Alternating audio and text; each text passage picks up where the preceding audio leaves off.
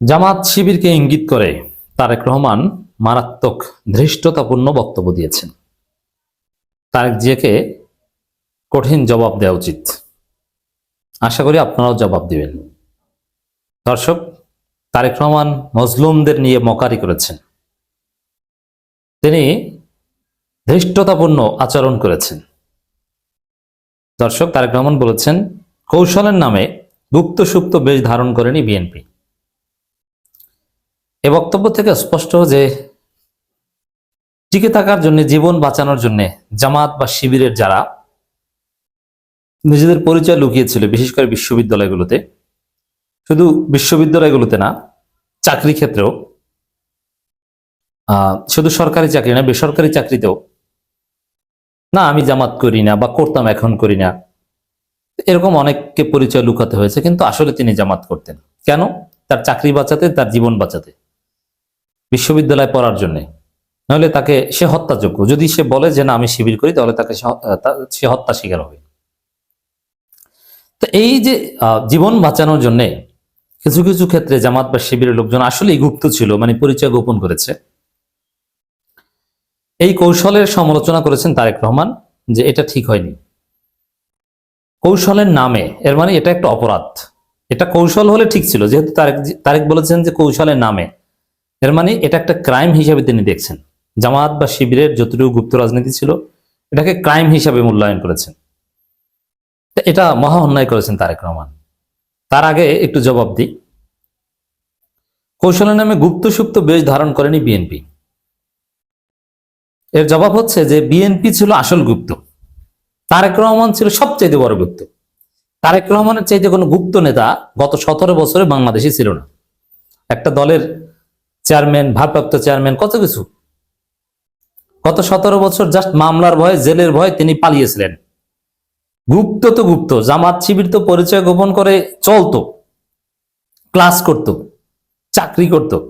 আর তারেক রহমান বাংলাদেশ ছেড়ে পালিয়েছে জেলের ভয়ে। তাহলে চিন্তা করেন কত বড় কাপুরুষ। পালিয়েছেন তো পালিয়েছেন, আবার মুসলেকা দিয়ে পালিয়েছেন যে রাজনীতি করব না। তা আপনি সেই মুসলেকার উপর এখন ইস্তেকামাত নাই কেন? আপনি কেন জেলের ভয়ে আপনি পালিয়েছিলেন? নিজের আয়নার দিকে তাকিয়ে তারপরে কথা বলবেন মিস্টার তারেক রহমান। হ্যাঁ, এটা জবাবের খাতিরে বললাম, কিন্তু তারেক রহমান যে বিদেশে গেছে, হাজারো বার এটা সমর্থন করি, কারণ তাকে ভয়ানক নির্যাতন করেছে। দেশে বিদেশ যাওয়া ছাড়া তার কোনো উপায় ছিল না, এবং তিনি বিদেশে গেছেন, মুসলেকা দিয়েছেন, এটাও ঠিক আছে, এটাকেও আমি অ্যাপ্রিসিয়েট করি। মুসলেকা দেওয়া ছাড়া কোনো উপায় ছিল না, কিন্তু নিজের বেলায় কৌশল ঠিক আছে।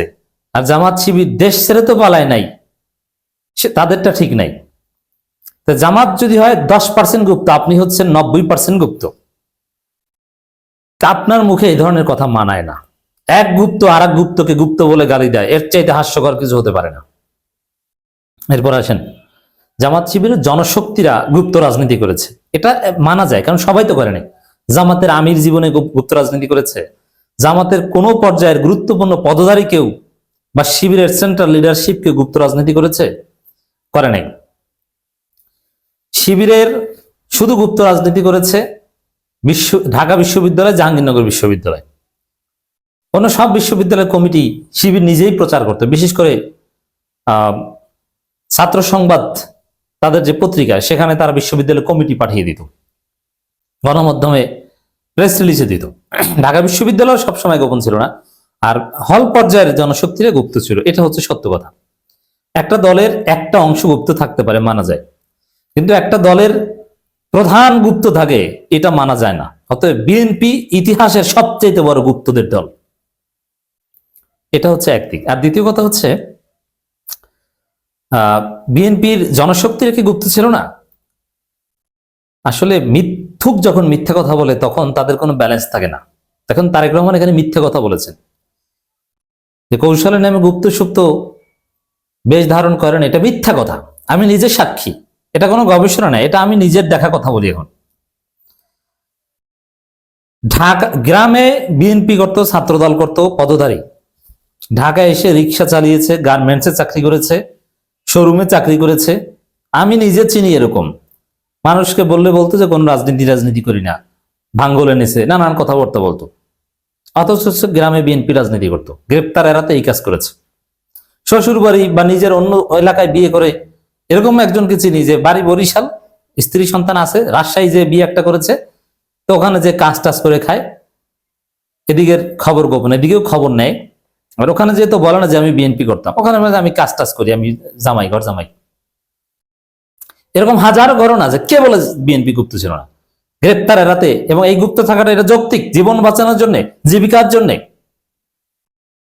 বিএনপি যারাই পরিচয় গোপন করতে পেরেছে, প্রত্যেকে পরিচয় গোপন করে গ্রেপ্তার এড়ানোর চেষ্টা করেছে। এটাই হচ্ছে সত্য কথা। এখানে জামাত এবং বিএনপির মধ্যে কোনো পার্থক্য নাই, ছাত্রদল এবং শিবিরের মধ্যে কোনো পার্থক্য নাই। পার্থক্য হচ্ছে একটা, যে ছাত্রদল এই ক্ষেত্রে এক্সপার্ট না, আর শিবিরের ক্ষেত্রে এক্সপার্ট।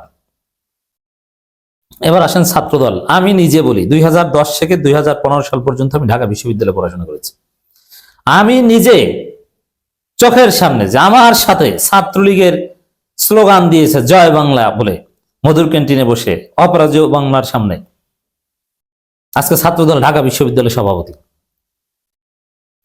আজকে ছাত্রদলের সিনিয়র সহসভাপতি। আমার হলের একসাথে গেস্ট রুমে বসে ছাত্রলীগের প্রোগ্রাম করতাম, একসাথে সূর্য সেন হলের গেস্ট রুম থেকে স্লোগান দিতে দিতে মধুর ক্যান্টিনে যেতাম, মধুর ক্যান্টিন থেকে স্লোগান দিয়ে ঢাকা বিশ্ববিদ্যালয় ক্যাম্পাস প্রদক্ষিণ করে অপরাজেয় বাংলার সামনে সমাবেশের মাধ্যমে শেষ হতো।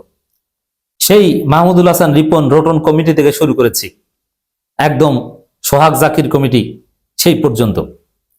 হলের ছাত্রলীগের সভাপতি ক্যান্ডিডেট ছিল, ছাত্রলীগের সাবেক এক বিশ্ববিদ্যালয় সভাপতির খুব ঘনিষ্ঠ বন্ধু, এখন ছাত্র দলের কেন্দ্রীয় সিনিয়র সহসভাপতি। এবং ছাত্র দলের সভাপতি যদি কোনো কারণে স্যাক্ট হয় অথবা অসুস্থ হয়, তাহলে যিনি পদাধিকার বলে ভারপ্রাপ্ত সভাপতি হবেন, তিনি এরকম ছাত্রলীগ ছিলেন। একদম পুরো বিশ্ববিদ্যালয় জীবন সাধারণত 5 বছর থাকে, অনেকে বিভিন্ন কারণে, বাস্তবতার কারণে বেশি সময় হলে থাকেন, কিন্তু সাধারণত 5 বছর। আমি 5 বছর একদিন বেশি হলে থাকি নাই, কারণ বিশ্ববিদ্যালয় জীবন শেষ করার সাথে সাথে চাকরিতে জয়েন করেছি, একদম সাথে সাথে। তো সেই জায়গায় ফুল 5 বছর বা 5 বছরের বেশি সময় হলে থেকেছে। ঢাকা বিশ্ববিদ্যালয় ছাত্রদল, কেন্দ্রীয় ছাত্র দলের আমি যতজনকে চিনি, প্রত্যেকে এক সময় ছাত্রলীগের মিছিল করেছে, একটা পর্যায়ে হল থেকে বের হয়েছে, আর কাউকে কাউকে ধরা পড়তে হয়নি, পুরোটা সময় গুপ্ত থাকতে পেরেছে। এটা ছিল রাজনীতি। আর তারেক রহমান মিথ্যুক, মিথ্যা কথা বলছেন, আমি সাক্ষী দিয়ে বলছি, ওয়াল্লাহি তারেক রহমান মিথ্যুক। একজন জাতীয় নেতা এভাবে জাতির সামনে মাইক হাতে নিয়ে মিথ্যা কথা বলেন, তার বুক কাঁপে না? এরকম মিথ্যা কথা বলার জন্য আল্লাহর গজব পড়বে। আপনি মিথ্যা কৌশলে ঘুরিয়ে ফিরিয়ে অনেক কথা বলা হয়, কিন্তু আপনি মিথ্যা কথা বলেন কেন? আপনি জানেন না নাকি? তাহলে তো মাহমুদুর রহমান যেটা বলেছে ওইটাই, যে আপনি জানেন না। কি জানেন ছাত্রদল বিএনপি বাংলাদেশে কিভাবে রাজনীতি করেছে? আপনি কিচ্ছু জানেন না। এরকম অজ্ঞাত লোক আপনি এসেছেন পার্টির চেয়ারম্যান হতে।